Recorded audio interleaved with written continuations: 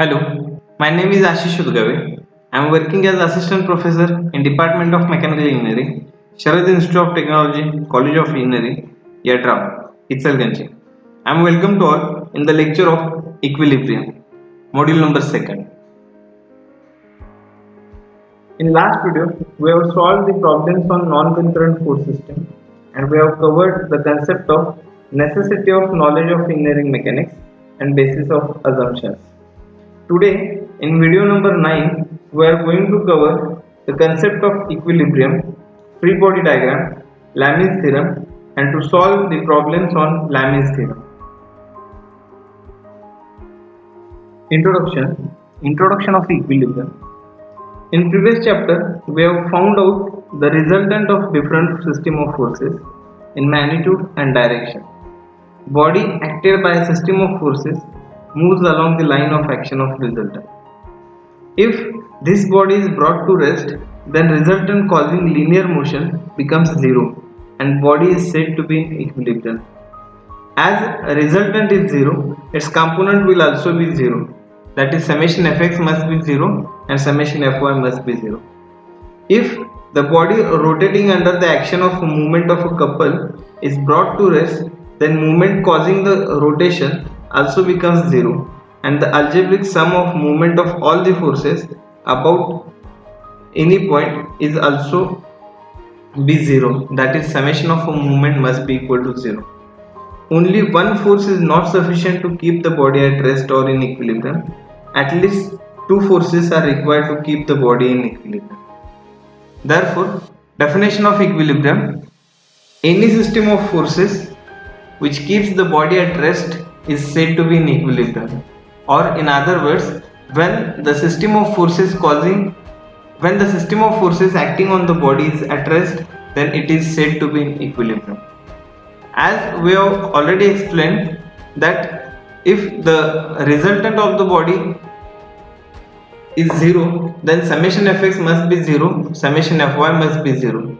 Therefore, analytical conditions of equilibrium for coplanar concurrent forces is that if the body is subjected to coplanar concurrent force system is said to be in equilibrium, then the following two conditions must be satisfied. First condition is that algebraic sum of horizontal components of all forces must be equal to 0. That is, summation fx must be equal to 0. Second condition is that algebraic sum of vertical component of all forces must be equal to 0. That is, summation fy must be equal to 0.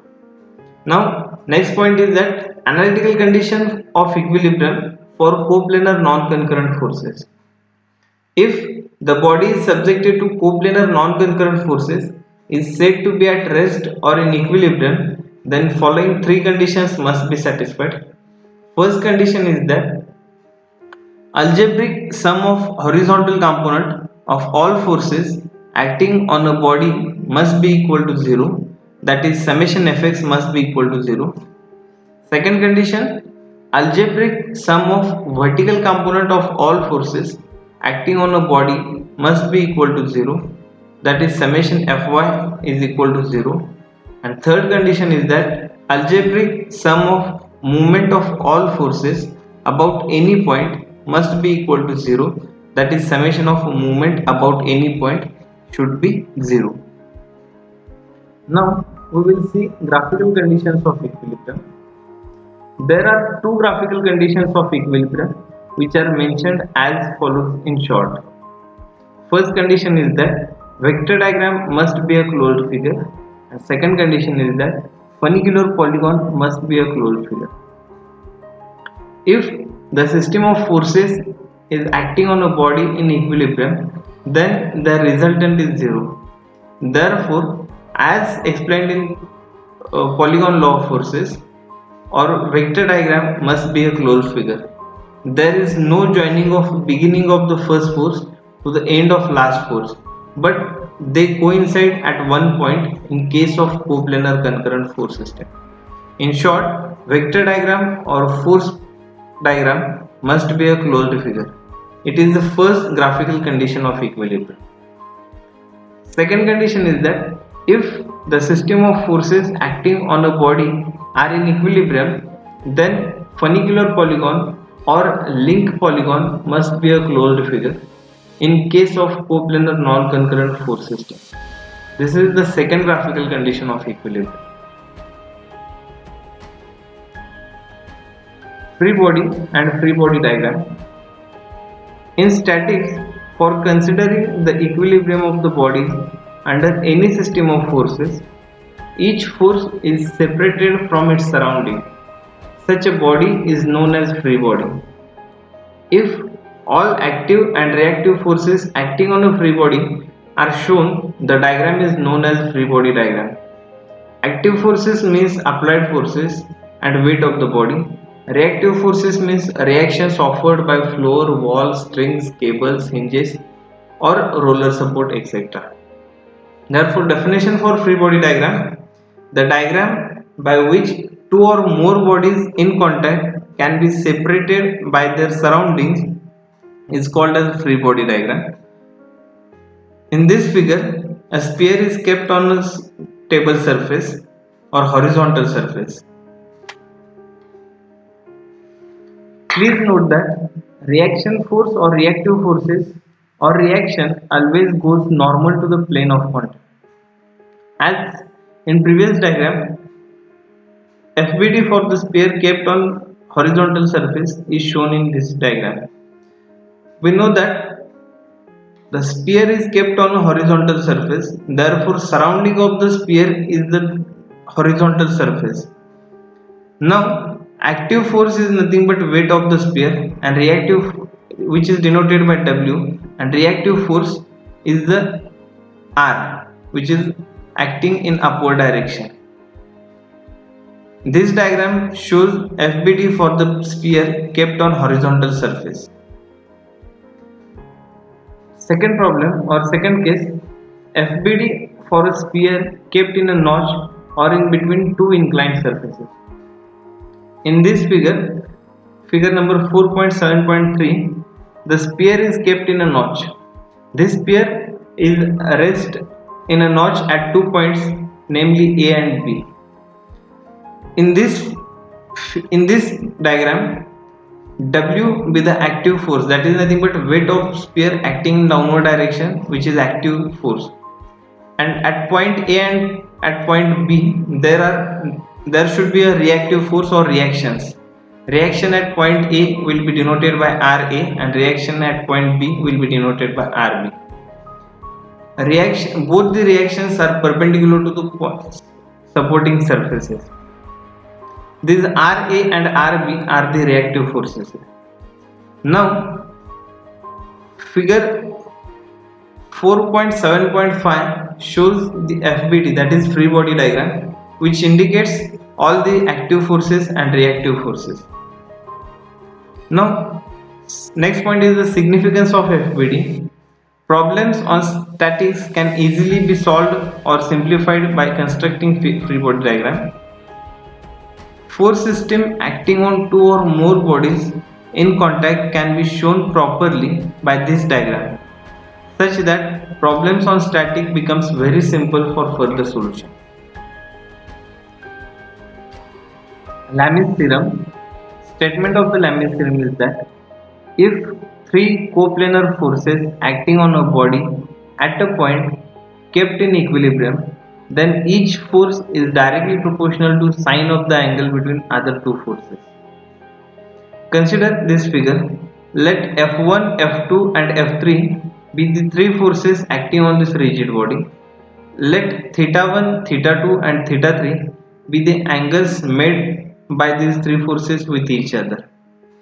Therefore, mathematically theorem is mentioned as follows: F1 divided by sine of theta1 must be equal to F2 divided by sine of theta2 must be equal to F3 divided by sine of theta3, where F1, F2 and F3 are three coplanar forces and theta1, theta2, theta3 are the angles between them as shown in figure. Now we have to prove this derivation. Therefore, proof or derivation is that let the three forces F1, F2, F3 are acting at a point O and theta1, theta2, theta3 be the angles between them as shown in figure 4.6.2. Now complete the parallelogram OABC with OA and OC as the adjacent sides of parallelogram shown in figure. As OA and OC are the adjacent sides of the parallelogram, therefore the resultant may be represented in magnitude and direction by diagonal of the parallelogram passing through point of intersection of these two forces. Therefore, resultant of these two forces must be OB, as these forces are in equilibrium. As these forces are in equilibrium, the force F3 becomes equal to R in opposite direction. Now from the geometry of figure we get CB is equal to F1 and AB is equal to F2. Now angle AOB must be equal to 180 minus theta 2. Angle ABO should be equal to angle COB must be equal to 180 minus theta 1.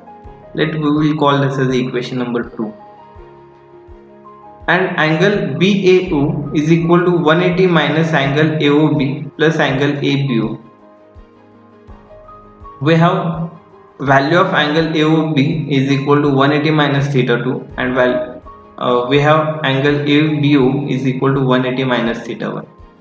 Therefore, by putting all these values, we get angle BAO is equal to theta 1 plus theta 2 minus 180. We know that theta 1 plus theta 2 plus theta 3 is equal to 360. Now subtracting 180 degree from both these sides, we get theta 1 plus theta 2 plus theta 3 minus 180 is equal to 360 minus 180. Therefore theta 1 plus theta 2 minus 180 plus theta 3 is equal to 180 degree.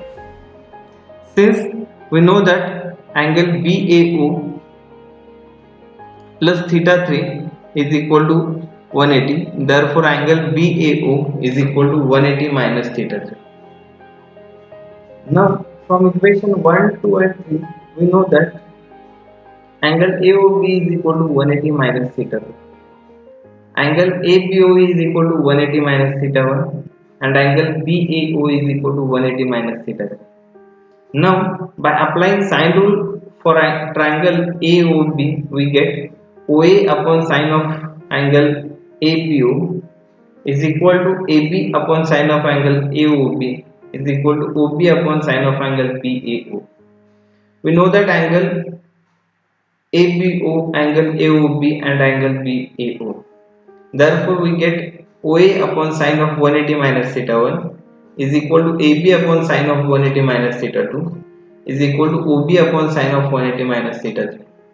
Therefore we get F1 divided by sine of theta 1 must be equal to F2 divided by sine of theta 2 should be equal to F3 divided by sine of theta 3 and hence proved.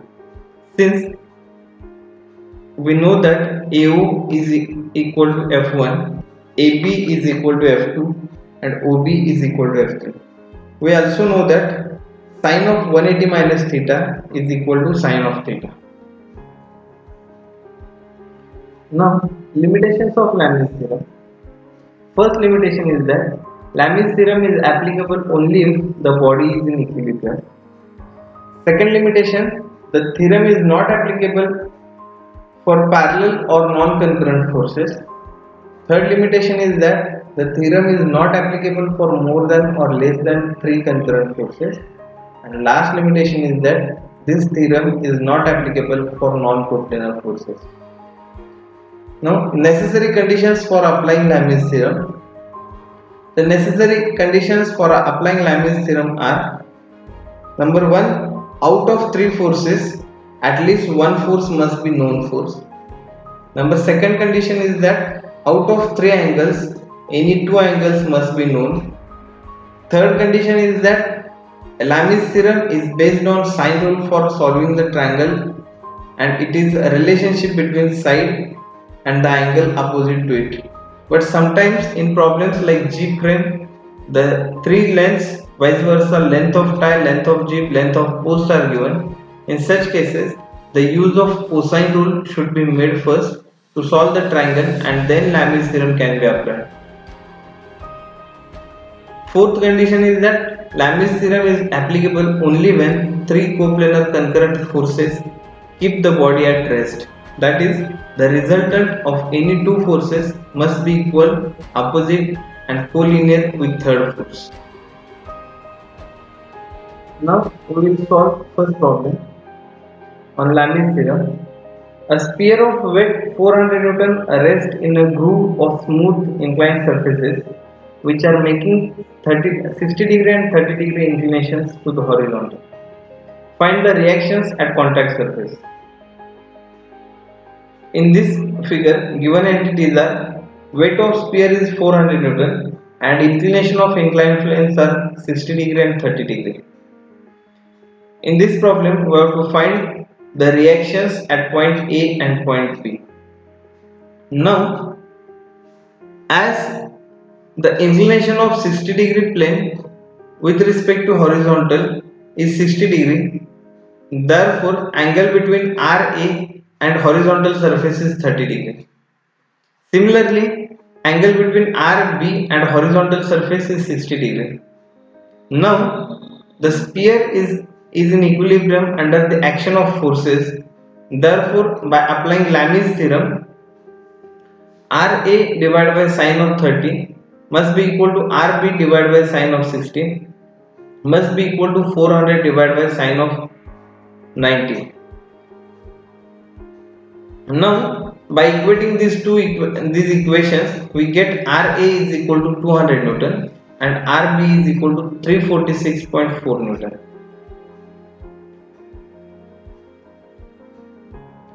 Next problem.